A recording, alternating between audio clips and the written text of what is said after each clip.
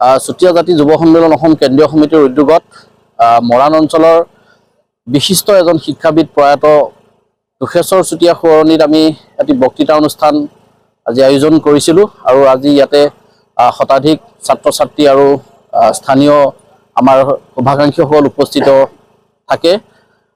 আমি এই মহান শিক্ষাবিদগৰাকীক আজি এই অনুষ্ঠানতে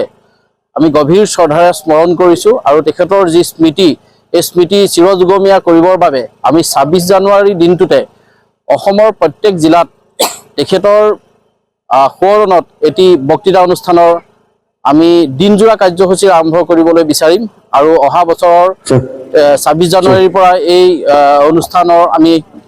ৰূপায়ণ কৰিম আৰু তাৰ লগে লগে প্ৰয়াত শিক্ষাবিদ দুখেশ্বৰ চুতীয়া তেখেত এজন একাধাৰে তেখেত এগৰাকী শিল্পীও আছিল। তেখেতে নিজে নিজ হাতেৰে মানে মাটিৰ শিল্পকে ধৰি কাঠৰ শিল্পৰ কাম কৰিছিল আৰু তেখেতে অন্য হাতেদি তেখেত বৌদ্ধিক দিশতো এজন আগৰণুৱা ব্যক্তি আছিল। তেখেতে নিজে লিখা পুথি নিজ হাতেৰে তেখেতে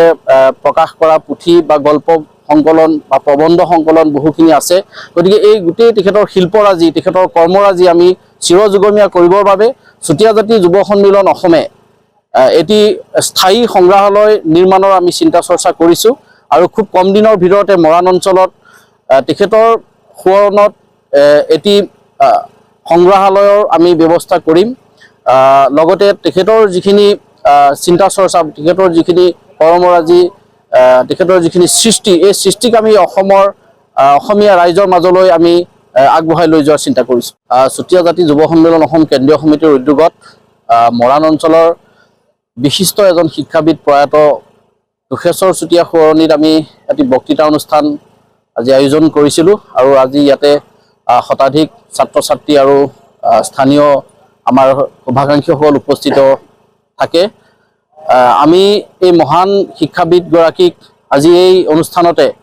আমি গভীৰ শ্ৰদ্ধাৰে স্মৰণ কৰিছোঁ আৰু তেখেতৰ যি স্মৃতি এই স্মৃতি চিৰযুগমীয়া কৰিবৰ বাবে আমি ২৬ জানুৱাৰী দিনটোতে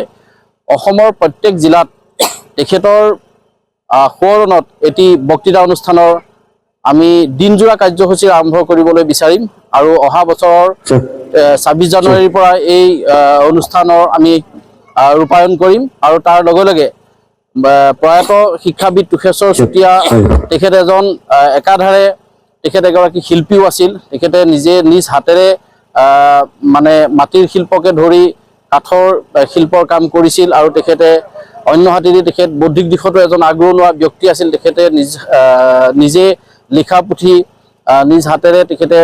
প্ৰকাশ কৰা পুথি বা গল্প সংকলন বা প্ৰবন্ধ সংকলন বহুখিনি আছে। গতিকে এই গোটেই তেখেতৰ শিল্পৰাজি তেখেতৰ কৰ্মৰাজি আমি চিৰযুগমীয়া কৰিবৰ বাবে চুতীয়া জাতি যুৱ সন্মিলন অসমে এটি স্থায়ী সংগ্ৰহালয় নিৰ্মাণৰ আমি চিন্তা চৰ্চা কৰিছোঁ আৰু খুব কম দিনৰ ভিতৰতে মৰাণ অঞ্চলত তেখেতৰ সোঁৱৰণত এটি সংগ্ৰহালয়ৰ আমি ব্যৱস্থা কৰিম। লগতে তেখেতৰ যিখিনি চিন্তা চৰ্চা তেখেতৰ যিখিনি কৰ্মৰাজি তেখেতৰ যিখিনি সৃষ্টি এই সৃষ্টিক আমি অসমীয়া ৰাইজৰ মাজলৈ আমি আগবঢ়াই লৈ যোৱাৰ চিন্তা কৰিছোঁ।